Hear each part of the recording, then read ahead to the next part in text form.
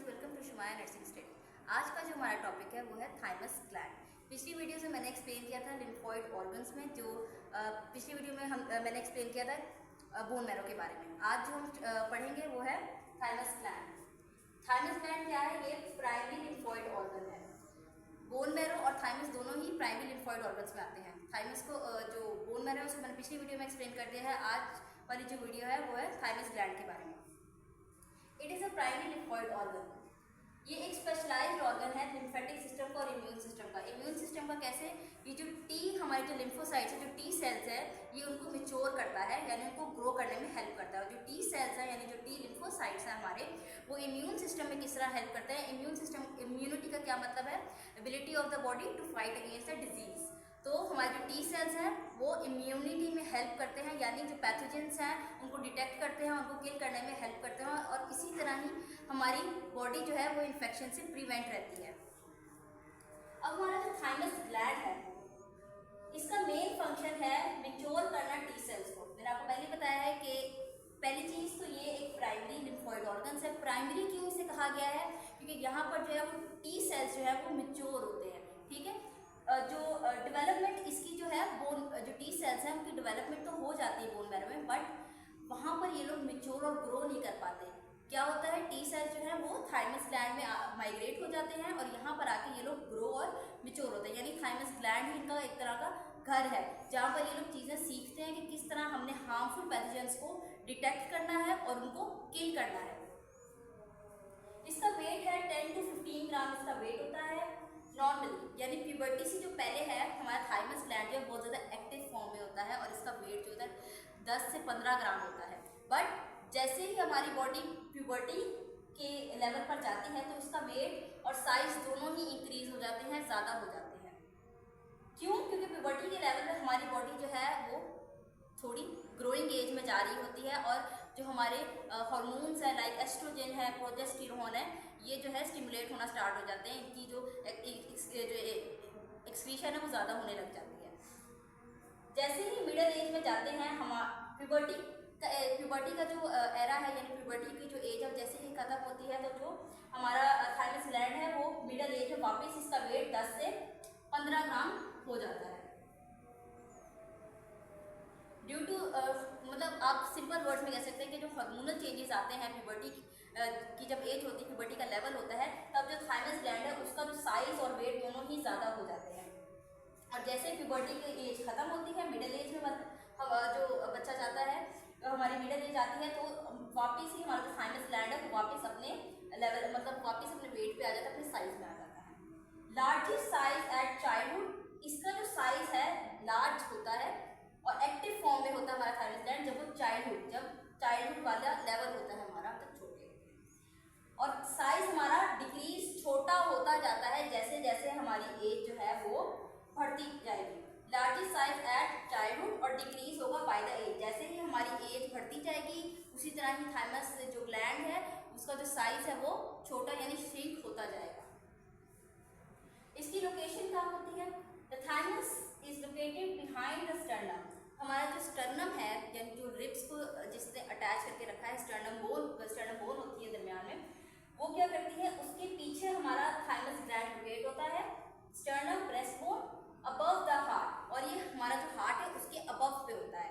पहली चीज ये जो लोकेट करता है स्टर्नम, जो कि हमारे रिब्स को जिसने अटैच किया, एक बोन होती है स्टर्नम जो दरमियान में होती है, उसके पीछे होता है।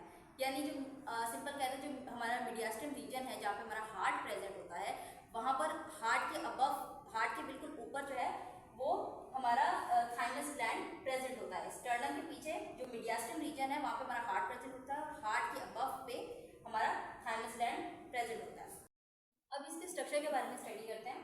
Thymus gland it is consist of 2 lobes connected by isthmus. जिस तरह हमारा थायराइड ग्लैंड है उसके दरमियान 2 लोब्स उसके होते हैं, उसके दरमियान इस्थमस प्रेजेंट होता है, इसी तरह जो थाइमस ग्लैंड है ये भी 2 बाइलोब होता है, 2 लोब इसके होते हैं और ये अंदर कनेक्टेड होता है bye N isthmus.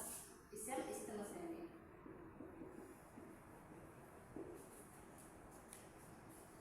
It is bilobe organ, इसके 2 लोब्स होते हैं। Thymus is surrounded by a फाइब्रियस capsule. ये सराउंडेड बाय होता है, फाइब्रियस मीनिंग ऑफ कैप्सूल होता है। ये जो है बाहर वाली जो लेयर है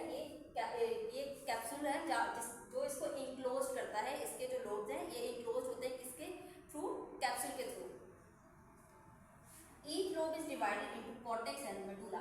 इसके जो दोनों लोब्स हैं वो डिवाइड होते हैं मेडुला में और कॉर्टेक्स में। ये जो रेड वाला एरिया आप देख रहे हैं इसको हम कॉर्टेक्स कहेंगे और जो इनर वाला ये व्हाइटिश सा एरिया है इसे हम मेडुला कहेंगे।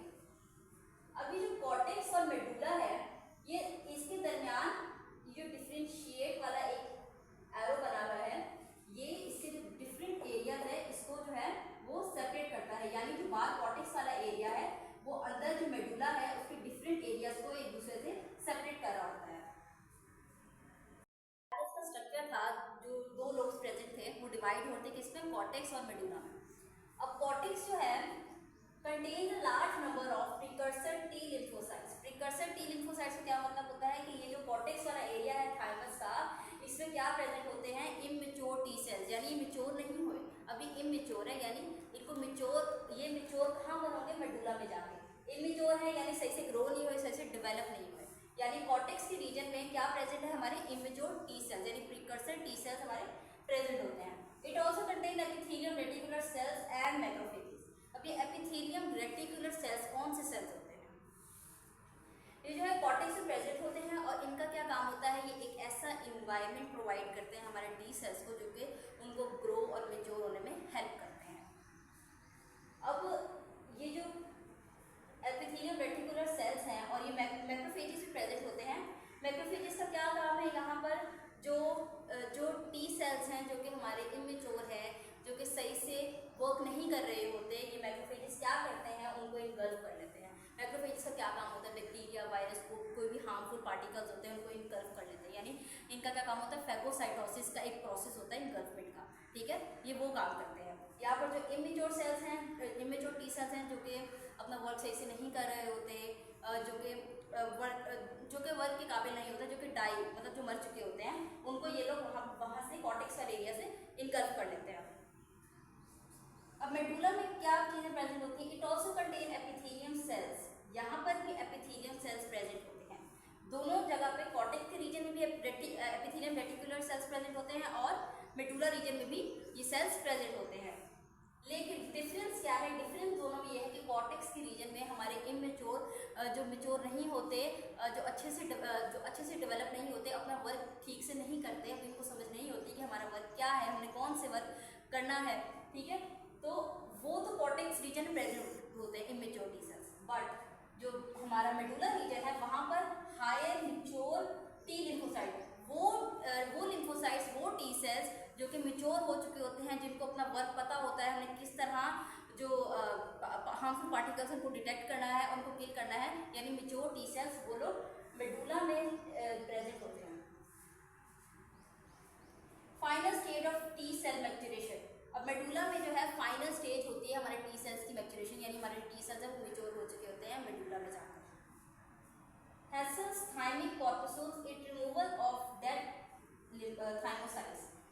अब जो हमारा मेडुला रीजन है, एक तो यहाँ पर मेच्योर टी सेल्स प्रेजेंट होते हैं, दूसरी चीज़ यहाँ पर एपिथेलियम रेटिकुलर सेल्स भी प्रेजेंट होते हैं, तीसरी चीज़ ये एक फाइनल स्टेज है जहाँ पे हमारे जो टी सेल्स जो मेच्योर होते हैं, और यहाँ पर जो है ये एक बहुत ही स्पेशलाइज्ड स्ट्रक्चर है जिसे हम कहते हैं थाइमिक। जो ब्लैक से होल्स दिख रहे हैं हमें मेडुला के रीजन में, इन्हें हम थाइमिक कॉर्पसूल्स और हेसल कॉर्पसूल्स भी कहते हैं। अब इनका वर्क बड़ा डिफरेंट है, ये क्या करते हैं, इनका भी काम थोड़ा जो हमारे मैक्रोफेजेस है वैसा ही है। यहाँ पर जो डेड और इमेच्योर जो टी सेल्स होते हैं जो प्रेजेंट होते हैं, जिनका कोई वर्क नहीं होता, जो कि अपना वर्क सही से परफॉर्म नहीं कर रहे होते, डेड हो जाते हैं, उनको ये लोग यहाँ से रिमूव कर देते हैं।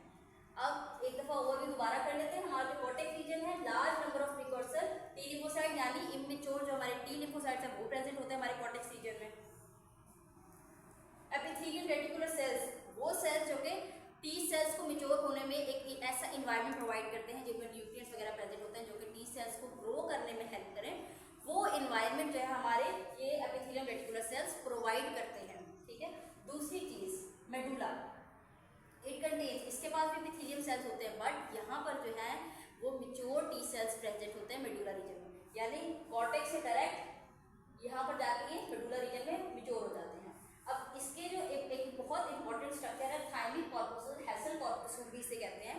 हेसल कॉर्पसूल के नाम से ही एमसीक्यूज आते हैं, तो उनका उनका क्या वर्क होता है? उनका वर्क होता है कि यहाँ पर जो डेड टी सेल्स प्रेजेंट होते हैं, जिनका वर्क कोई नहीं होता, उनको ये लोग रिमूव कर देते हैं, निकाल देते हैं थाइमस ग्लैंड में से।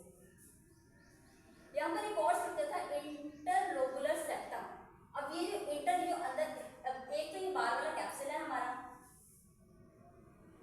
एक ये बार वाला हमारा कैप्सूल है, और अंदर ये जो अभी जो कैप्सुलर रीजन है, ये जो अंदर की तरफ धंस रहा है, इसको हम इंटरलोबुलर सेप्टम कहेंगे। इंटरलोबुलर सेप्टम क्या करता है? हमारा जो मेडुलरी रीजन है, इसको सेपरेट कर रहा है एक दूसरे से।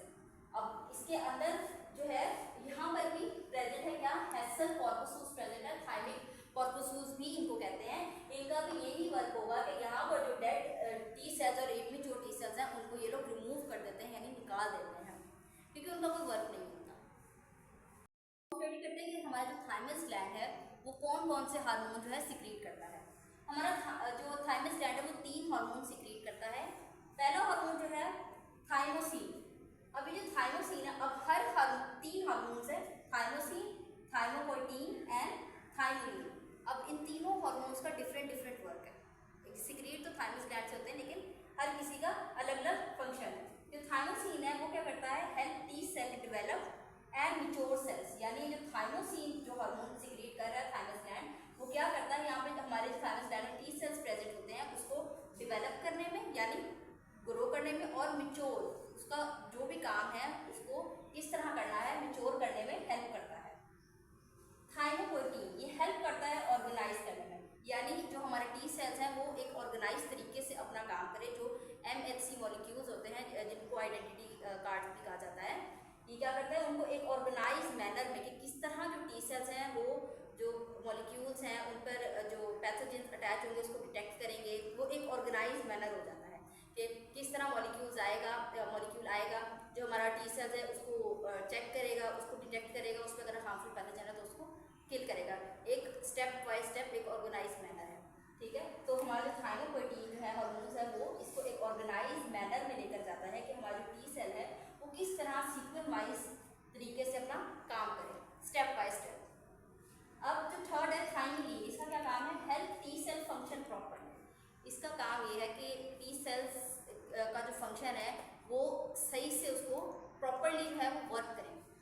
पहला जो है जो थाइमोसिन है उसका क्या वर्क है? डेवलप करना और टी सेल्स को मैच्योर करना। दूसरी चीज़ जो थाइमोपोएटिन था वो हेल्प करती है टी सेल्स को कि वो एक ऑर्गेनाइज मैनर में अपना काम करे।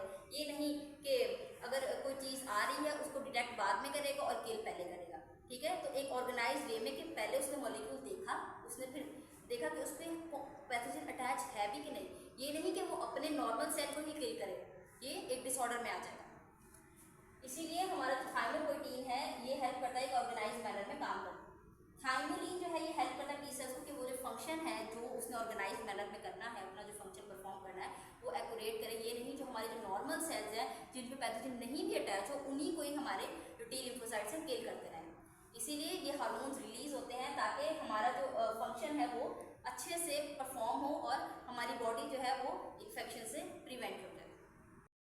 तो स्टूडेंट्स, अगर आपको आज की वीडियो अच्छी लगी तो इसे लाइक एंड फॉलो कर लो और चैनल को सब्सक्राइब करना मत भूलना। मिलते हैं नेक्स्ट वीडियो में।